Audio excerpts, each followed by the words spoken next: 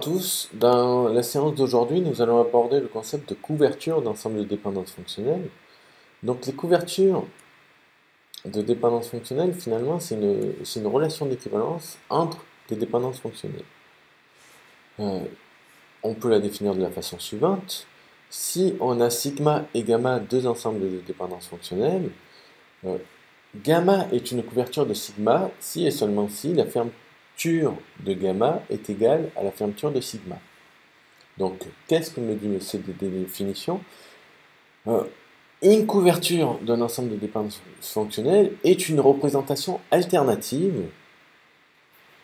Donc, c'est un autre ensemble de dépendances fonctionnelles, mais qui va véhiculer exactement la même sémantique. C'est-à-dire, toutes les dépendances fonctionnelles qui sont impliquées par sigma le sont aussi par gamma. Et toutes et uniquement celles-ci. Donc, à l'arrivée, on a des classes d'équivalence d'ensemble de dépendances fonctionnelles, et tout l'objectif de cette séance va être d'identifier les bons représentants de cette classe d'équivalence. On va voir de suite quelles sont les bonnes propriétés d'un ensemble de dépendances fonctionnelles. Donc, tout d'abord, un ensemble F de dépendances fonctionnelles est dit non redondant s'il n'existe pas de couverture G de F telle que G soit incluse dans F. De façon similaire, un ensemble F de dépendances fonctionnelles est dit minimum s'il n'existe pas de couverture G de F qui est un nombre plus petit de dépendances fonctionnelles. Donc là, c'est en termes de cardinalité de l'ensemble.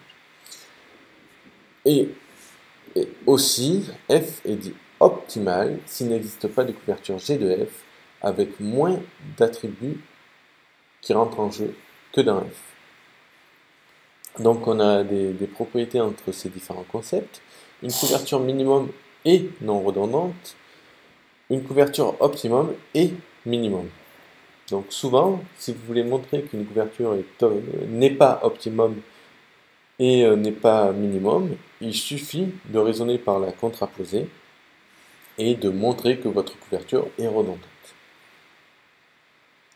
Donc parmi ces propriétés qui nous intéressent, il y en a une que nous souhaitons mettre en avant, c'est la couverture minimum. Donc l'algorithme de couverture minimum va prendre en entrée un ensemble de DDF et va retourner une couverture minimum de F. Et cet algorithme fonctionne en deux étapes. Tout d'abord, on va créer l'ensemble de dépendances fonctionnelles G à partir des dépendances fonctionnelles de F, où finalement, pour chacune de ces dépendances fonctionnelles X détermine Y, on va les réécrire sous la forme X détermine la fermeture de X. Ensuite, deuxième étape, on va parcourir les dépendances fonctionnelles de G et regarder si chacune est nécessaire. Qu'est-ce que ça veut dire être nécessaire? Ça veut dire que si l'ADF que je considère, si je la supprime momentanément de G, je vais regarder qu'est-ce que j'obtiens à partir de X. Donc je vais essayer de calculer la fermeture de X. Si la fermeture de X est la même que dans ma DF initiale, que j'ai supprimée, alors ça veut dire que finalement, cette DF-là n'est pas nécessaire puisqu'elle est impliquée par toutes mes autres DF de G. Et donc, je peux la supprimer. Sinon, si ma fermeture est différente de celle initiale, alors ça veut dire qu'elle est nécessaire, que je dois la conserver, sinon je vais perdre de la sémantique. Donc on fait ça pour toutes les DF de G, et après les avoir toutes considérées en ayant supprimé certaines, on va retourner notre ensemble de DF. Donc cet algorithme, finalement, il s'appuie beaucoup sur les calculs de fermeture d'ensemble d'attributs, algorithme qu'on a montré qui était linéaire en ensemble d'EDF. Donc cet algo est polynomial aussi dans le nombre de f et le nombre d'attributs. Ce qu'il faut noter aussi, c'est que la couverture minimum calculée par l'algorithme n'est pas forcément unique. C'est une couverture minimum. En effet, l'issue de l'algorithme dépend fortement de l'ordre dans lequel on va considérer les dépendances fonctionnelles dans G, et il est possible que j'obtienne plusieurs couvertures selon l'ordre que je considère avec le même nombre d'EDF à l'arrivée. Donc, notons aussi que parmi les couvertures que je peux retourner, minimum, j'en ai certaines qui sont optimum, mais on ne peut pas avoir d'algorithme polynomiaux pour le calcul de couverture optimum, puisque le problème de décision associée est un problème NP complet, dans le cas général. Donc nous allons dérouler cet algorithme sur un exemple. Donc on va prendre l'ensemble F de dépendances fonctionnelles, où j'ai 8 dépendances fonctionnelles qui rentrent en jeu. Donc première étape de l'algorithme, comme je vous l'ai dit, c'est on va réécrire chacune des DF de F sous la forme la partie gauche détermine la fermeture de la partie gauche. Donc X détermine X+. Donc si je prends la première DF, AB détermine C, je vais la réécrire sous la forme de AB détermine la fermeture de AB. Donc il faut que je calcule cette fermeture, et dans mon cas c'est R. Donc je vais rajouter AG, la DF, AB détermine R. Donc je fais pareil pour C détermine A, je vais rajouter ADF, C détermine la fermeture de C, qui est égale à AC. Ensuite, BC détermine la fermeture de BC, qui est égale à R. Donc je fais ça pour toutes les autres DF restantes. À l'arrivée, mon ensemble G, il est égal à ceci. Donc j'ai toujours 8 dépendances fonctionnelles. Et maintenant, dans la deuxième étape, ce que je vais faire, c'est que je vais considérer chacune de ces DF et regarder si elle est nécessaire ou pas. Donc on va commencer par la première DF. AB détermine R dans ce cas-là, et on va regarder si cette DF est utile ou non. Et pour savoir, il faut que je calcule la fermeture de AB dans G privé de ma DF, AB détermine R. Et dans ce cas-là, ici, la fermeture de AB, dans ce cas-là, c'est égal à AB, ce qui est bien différent de R, donc ce qui signifie que ma DF était nécessaire, et donc il faut que je la garde dans mon ensemble G. Donc je fais la même chose pour C détermine AC, je omets momentanément cette dépendance fonctionnelle, et je vais calculer la fermeture de C. Dans ce cas, la fermeture de C, c'est égal à C, ce qui est différent de AC. Donc il faut que je garde cette DF, sinon je vais perdre de la sémantique, et notamment le fait que C détermine A. Donc je passe à la dépendance suivante, je vais calculer B, la fermeture de BC, en omettant cette règle-là. La fermeture de BC est égale à R, donc ce qui veut dire que même si je ne considère pas cette règle, je suis capable de retrouver à partir de l'ensemble G que BC implique R, détermine fonctionnellement R. Donc ça veut dire que ma DF BC détermine R n'était pas utile et je peux la supprimer de G. Donc je continue avec ACD détermine R. Donc si je calcule la fermeture de ACD, c'est R. Et donc idem, cette dépendance fonctionnelle n'est pas utile, je peux la supprimer de G. Si je considère D détermine DEF, si je calcule la fermeture de D en omettant cette dépendance fonctionnelle, ça sera D. Et donc, je suis obligé de la garder si je veux. Sinon, je perds la sémantique que D détermine fonctionnellement E et F. On continue ABE détermine R n'est pas utile dans la mesure où la fermeture de AB c'est déjà R. Donc cette DF est facilement dérivable par mon ensemble G où j'ai omis ABE détermine R. Donc on la supprime. Je continue. Si je calcule la fermeture de CF, j'obtiens ACF, ce qui est différent de R, donc je suis obligé de garder ma DF, CF déterminée R, car elle est utile. Enfin, dernière DF, CE détermine R est nécessaire aussi, puisque si on omet cette dépendance fonctionnelle-là, la fermeture de CE est égale à ACE, ce qui est différent de R. Donc à l'arrivée, une couverture de G de F et un ensemble de 5 dépendances fonctionnelles. Donc AB détermine R, C détermine AC, D détermine DEF, CF détermine R et CE détermine R. J'ai bien dit une couverture de G puisque, comme on l'a dit précédemment, cet algo ne retourne pas nécessairement une couverture unique.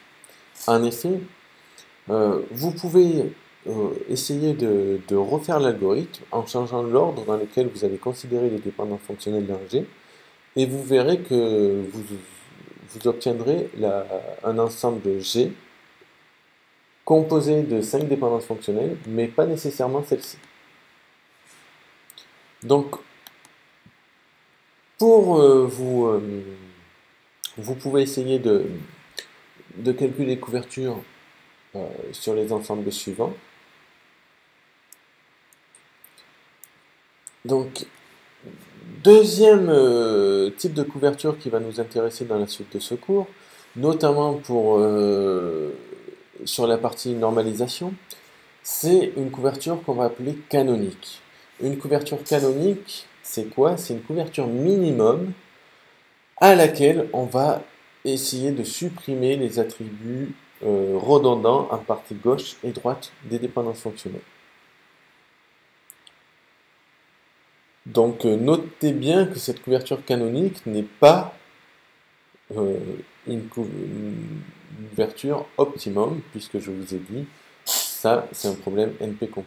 Donc on va voir de suite comment calculer une couverture canonique à partir d'un ensemble de dépendances fonctionnelles.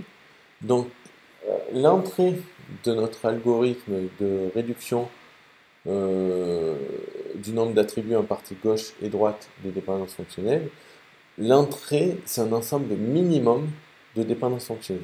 Donc il faut tout d'abord exécuter l'algorithme de calcul de couverture minimum avant de faire de la suppression des attributs redondants à partie gauche et droite.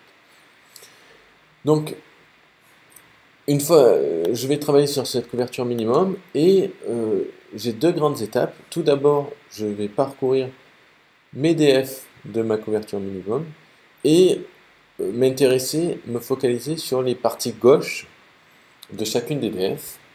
Donc, cette partie gauche que j'appellerai W, qui est égale à X au départ, je vais regarder chacun des attributs de la partie gauche et regarder si cet attribut est nécessaire ou pas.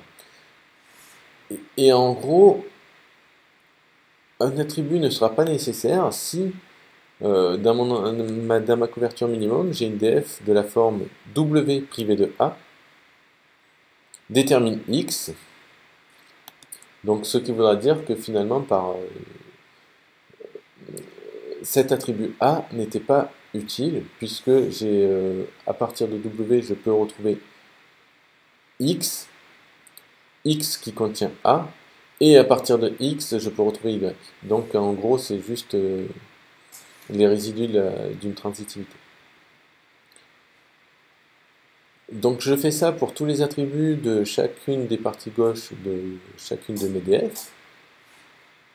Et ensuite, je fais une opération similaire sur les parties droites. Donc je vais parcourir chacune des DF de mes parties droites et voir si chacun des attributs de chacune des parties droites de mes DF est nécessaire ou pas.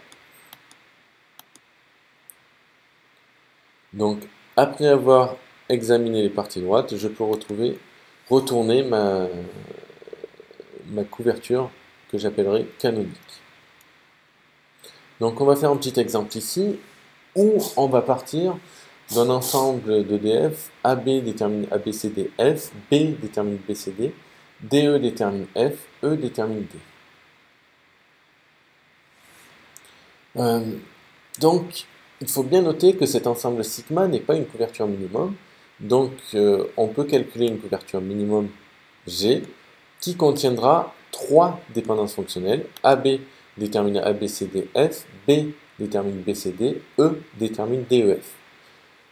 Donc, première étape, je vais essayer de voir si j'ai des attributs redondants en partie gauche. Et si oui, je vais les supprimer. Dans notre cas ici, on n'en a pas. Donc maintenant, je vais me focaliser sur les parties droites de mes DF et essayer de supprimer les attributs redondants. Donc si je prends la première DF, AB détermine ABCDF. Je peux voir que j'ai la DF B détermine BCD. Donc ce qui veut dire que à partir de B, je sais que je retrouve BCD. Or, le B, il m'est donné aussi en partie gauche. Donc en gros, j'ai le BCD qui est en partie droite, je peux le supprimer. Puisque je peux le retrouver par transitivité. Ensuite, si on me donne A et B, ben, j'ai nécessairement A. Donc ce A là aussi, je peux le supprimer. Ce qui fait que cette DF, je peux la réduire avec uniquement F en partie droite. Je fais la même chose pour la seconde DF, j'ai B détermine BCD. Donc si on me donne B, je peux retrouver B. Donc ce B est redondant dans ma partie droite. Je peux le supprimer, ce qui fait que j'ai la DF B détermine CD. Même chose avec la DF E détermine DEF. Le E est présent en partie gauche et donc il est redondant en partie droite. Voilà, donc l'issue de l'algorithme, on a bien réduit les parties droites et dans ce cas, pas les parties gauches. Donc nous arrivons à la fin de cette séance. Donc ce qu'il faut bien retenir, c'est que la notion de couverture d'un ensemble de DF est une représentation alternative d'un ensemble de dépendances fonctionnelles qui va véhiculer la même sémantique, c'est-à-dire que toutes et uniquement les DF qui peuvent être impliqués par mon ensemble de DF sigma le sont aussi par ma couverture. Et donc tout l'enjeu va être d'exhiber une bonne couverture. Et donc une bonne couverture, on a des propriétés, donc de couverture non redondante, minimum, optimum, et plus particulièrement nous sommes intéressés à la couverture canonique, dont nous aurons besoin dans la suite pour la partie sur la normalisation. Et la couverture canonique, c'est une couverture minimum à laquelle on a réduit les parties gauche et droite. Donc voilà, je vous remercie de votre attention.